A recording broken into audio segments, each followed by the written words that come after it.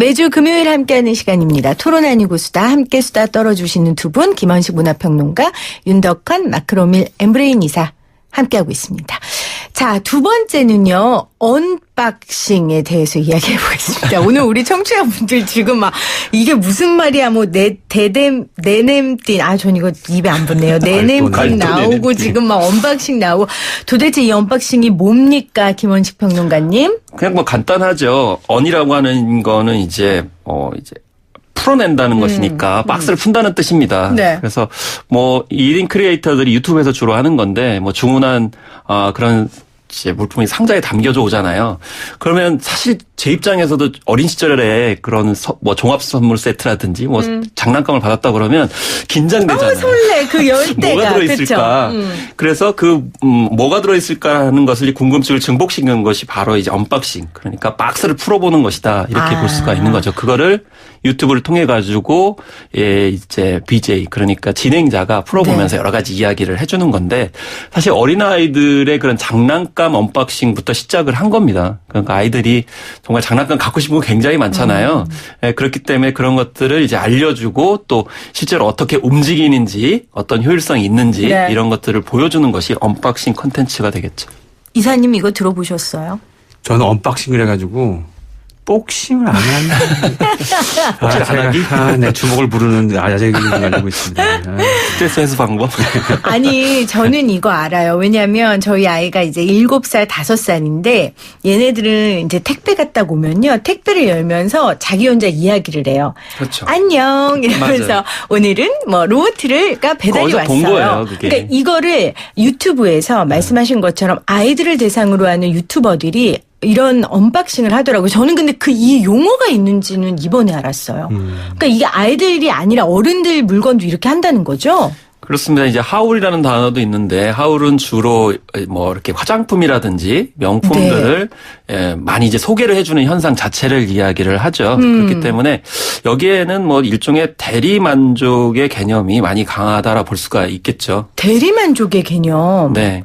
아니 그런데 그럼 대리만족이라면 그냥 후기를 볼 수도 있고 뭐 인스타나 SNS에 저 이 물건 샀어요 사진을 볼 수도 있는데 왜 꼭 이거를 영상으로 스토리텔링을 해서 푸는 걸로 대리만족을 하나요? 거기는 또 약간 또 다른 개념도 하나 들어가 있는데요. 아 그래요? 그러니까 자기가 소유하지 못하는 물건들을 누군가 대리 이렇게 소유를 해가지고 쓰는 모습 자체를 이렇게 충족하는 경우도 있고 또 어떤 새로운 제품이 나왔을 때 거기에 대해서 속속들이 알면 남한테 나중에 과시할 수 있어요. 아, 내가 그 물건을 갖지 않아도 이제 어떻게 구동이 되고 어떤 쓰임새가 있고 이런 것들을 알 수가 있기 때문에 원래 하울과 언박싱이 그렇게 이제 결합되는 경향도 있거든요. 이제 실제로 언박싱 찾아보면 고가의 IT 제품이 압도적으로 많습니다. 아니 그러면 이사님은 누군가가 그 IT 제품을 이렇게 언박싱하면서 올린 영상을 보면 어떤 마음이 드세요? 저는 부러워서 배가 아파서 끌 것 같은데요? 저는 전혀 그렇지 않던데. 아 그래요? 제가 못됐나요? 제가 너무 놀부심보예요? 저는 끌 거예요. 아시니까 다행이네요.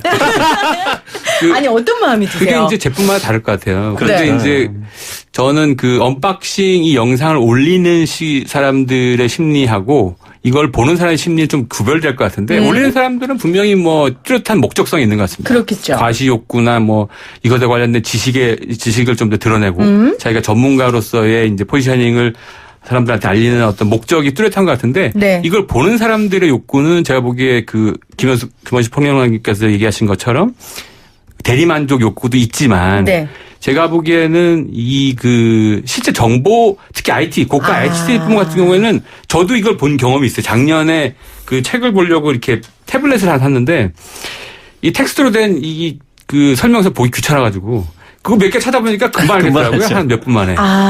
이거 이렇게 쓰는구나. 그리고 비슷한 다른 태블릿이 이런 장점이 있고 단점이 있고 그거를 단 몇 분에 쉽게 알 수가 있어서 정보를 이해하는 차원이 굉장히 좀 더 중요했다고 보여집니다. 그래서 실제로 IT 쪽의 제품의 언박싱 유튜브가 좀 더 많아요. 그러니까 참 여기서 중요한 지점인데요. 예전에 이제 포털 서비스가 왜 성공을 했냐면 예상과 달리요. 그건 이제 대부분 이제 과제나 숙제나 뭐 정보들을 이제 검색해서 이제 그 시장이 큰 거거든요.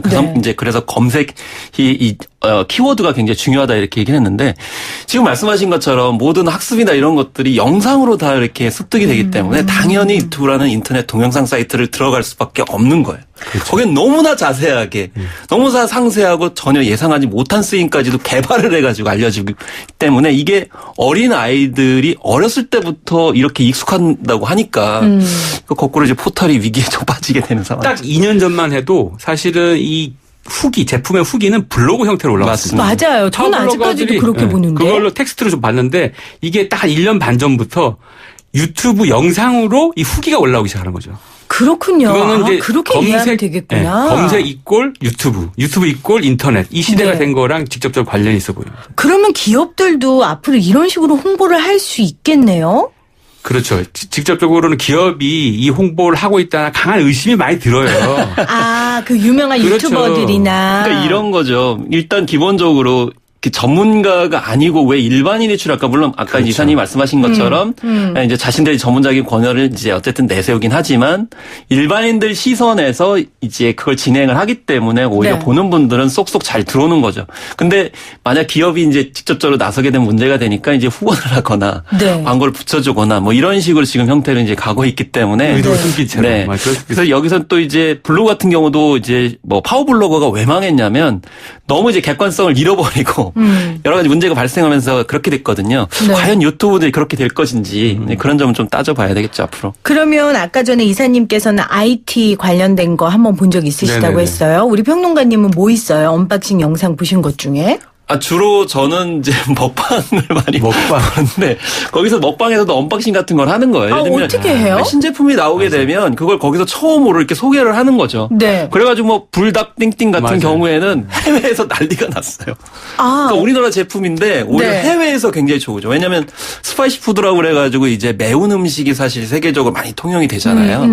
그래가지고 그런 것이 또 국내만이 아니고 네. 이제 해외까지도 알려지고 뭐 이런 식의 이런 것도 있기 때문에 하여튼 품목은 굉장히 다양하다고 볼 수 있죠. 품목은 다양하다. 아까 말씀하신 것처럼 뭐 고가의 화장품 같은 거. 그건 여성 쪽으로 이제 진화를 한 거고 네. 여성들도 충분히 뭐 새로운 제품 굉장히 많이 나오잖아요. 근데 그게 또 이제 해외와 또 연관될 수 있잖아요. 왜냐하면 우리나라 화장품들이 또 나름대로 경쟁력이 있기 때문에. 네. 그래서 그건 뭐 앞으로 품목은 얼마든지 다양하게 이제 변화할 수 있다고는 생각이 듭니다. 네.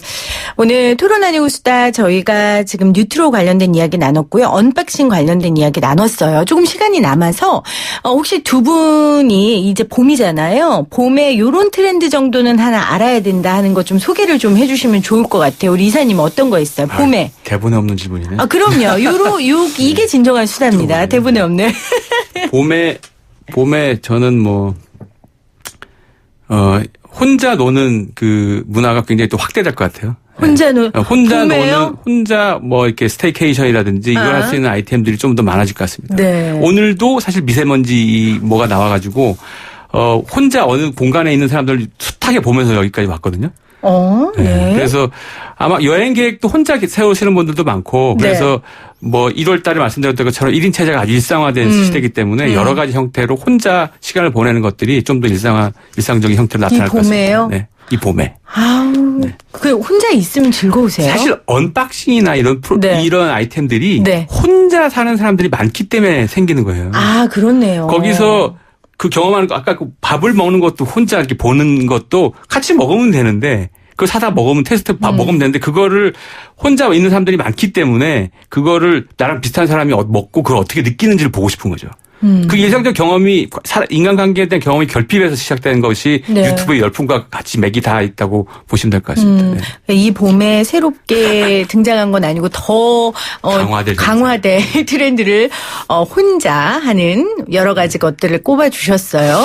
네, 혼자 말씀을 하시니까 작년에 한 통계 자료가 나왔는데 혼자 꽃놀이 가시는 분들이 혼자 꽃놀이 가는 분들 상당 부분 많이 늘어나셨더라고요. 정말 꽃하고 놀기 위해서요. 그러니까 꽃놀이를 하면 주로 이제 많이 몰려가시잖아요. 끼리끼리. 꽃놀이에 진짜 백미는 저 엄마들이 몰려다니면서. 그렇죠. 그런데 그렇지 않다. 지금은 혼자 1인용 방석 하나 들고 이어폰 끼고 유튜브 보면서 이제 그 캔 하나 몇 개 다 들고 가서 떨어지는 벚꽃잎 아래서 보면서 이제 유튜브와 함께 즐기는 거죠. 한편으로는 뭐 완전히 고립된 건 아니고요. 요즘엔 다 SNS에 올리려고 혼자 다 가세요. 아니 그러니까 거꾸로 때로 가가지고 그걸 보면 올리기 위해서 가시지 네. 않거든요. 네, 네. 그걸 혼자 있는 모습을 찍거나 뭐 촬영을 해가지고 올리기 위해서 혼자 가시지 때로 가는 건 사실 그 올리기 위해서는 적격한 조건은 아니죠. 그러면은 지금 평론가님도 이 봄에 트렌드 하나 소개해 준다고 한다면 혼자예요? 저는 사실 오래전부터 혼자 다니고 있어요. 그러니까 그래서 문화평론가가 되셨나 봐요. 트렌드를 앞서고. 아니 여성분들도 혼자 다니시지 SNS 올리시는 분들 뭐 때리고 다니시지 않아요. 아 그런데 저희도 이제 PD들 중에서 혼자 다니는 걸 좋아하는 PD들이 있어요. 그럼 저는 이제 그런 PD를 옆에 딱 붙어서 같이 다니죠. 저는 관에 들어가기 전까지는 혼자 안 다닐 것 같아요. 아무래도 이 젊은 꼰대 같은 느낌이 많이 물씬 들어요. 그래서 이 프로그램을 통해서 제가 좀 꼰대에서 벗어나려고 합니다. 그래서 이 봄에 뭐 전파할 만한 트렌드 없어요? 아니 저는 일단 글쎄요. 저는 뭐 컨텐츠 차원에서 봤을 때는 그냥 좀비 코드가 이분들 왜 이래? 오늘 저 지금 오늘 지금 봄 내음 나서 너무 신났는데 막 혼자 얘기하고 좀비 얘기하고 좀비 요즘에 근데 지금 말씀하셨지만 좀비 드라마도 요즘에 나오고요. 그게 이유가 뭡니까? 그래서 지금 난리가 났죠. 네. 그래서 이제 사실 뭐 넷플릭스 때문에 좀비가 지금 많이 뜨게 된 거거든요. 뭐 사실 190여 개국에 한꺼번에 이제 부각이 되다 보니까 와 한국 좀비가 이렇게 색다르구나라는 거를 이제 새삼스럽게 이제 깨달았거든요. 근데 한국 좀비는 좀 특징이 있어요. 아 특징이 있어요. 네. 굉장히 빠르고요. 무술도 해요. 그리고 아크로바틱해요.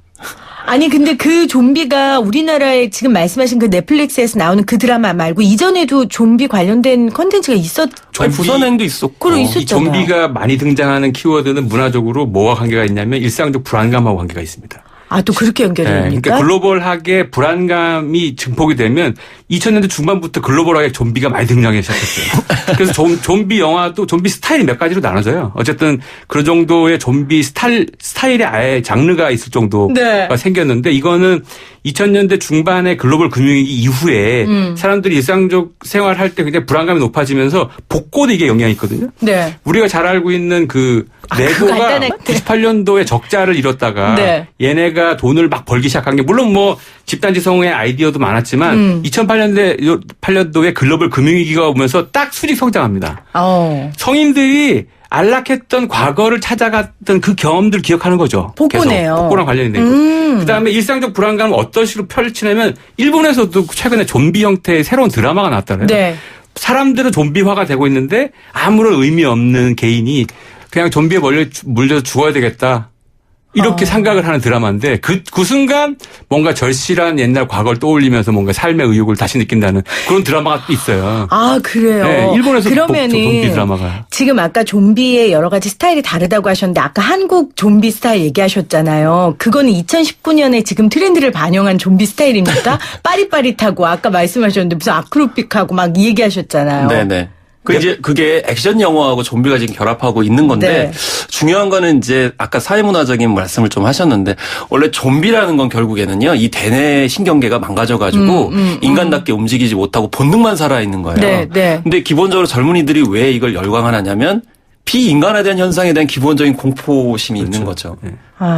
비인간적으로 살고 싶지 않은데 결국 좀비처럼 지금 살게 되는 상황들이 젊은 세대일수록 더 가중되고 있거든요. 우리 그런 표현 잘하잖아요. 글로벌 금융위기 직후에 그다음에 일본에서 가장 강력한 게 만화로 인기 있었던 게 진격의 거인이라는 만화가 있어요. 들어봤어요. 그 거인의 특징이 뭐냐면 어떤 공격을 해도 거인이 이겨요. 그러니까 이 어떤 전체 시스템에서 개인이 아무리 노력해도 극복할 수 없는 그 존재감을 진격의 거인에서 표현했거든요. 그것도 그 시대상을 맞이한 거죠. 청년들이 뭔가 사회를 바꿀 수 없는 그 굉장히 비참한 현실 그걸 이제 다루고 있다고 보여지는데. 근데 이제 한국식 좀비를 보니까 거기에는 이제 창궐하고 이번에 킹덤하고 이제 그 작품이 2개 나오고 또 부산행 같은 경우 특징이 좀비가 나오는 이유가 그렇죠. 예를 들면 이제 어떤 자본 권력 이런 사람들이 자기 욕망을 위해 가지고 뭐 바이러스를 만든다든지 아니면 뭐 의학적인 잘못적인 처방을 해가지고 임금을 살려둬 가지고 호가호위를 한다든지 이렇게 나오고 있거든요. 이 시스템들이 부도를 잡고 있습니다. 전부 다 발생 원인이. 그렇군요. 그래가지고 이런데 착안을 해가지고 이제 좀비 외에도 그런 컨텐츠들이 좀 많이 나오지 않을까 싶습니다. 오늘 뉴트로 했는데 좀비만 났겠죠. 이게 더 재밌는데요. 대본에 없었던 이 좀비가. 자, 오늘 토론 아니고 수다 트렌드 이야기 나눴습니다. 뉴트로 그리고 언박싱 그리고 제가 봄에 어울리는 트렌드 2개 소개해달라 그랬더니 혼자 하고 좀비로 끝났습니다. 그리고 좀비에 관련된 여러 가지 사회 문화적 의미까지 오늘 이렇게 대본이 없는 거 잘 해주시는 거 보니까 두 분은 수다에 능한 분들이 맞습니다. 다음 달에 뵙겠습니다. 고맙습니다. 고맙습니다. 네, 감사합니다.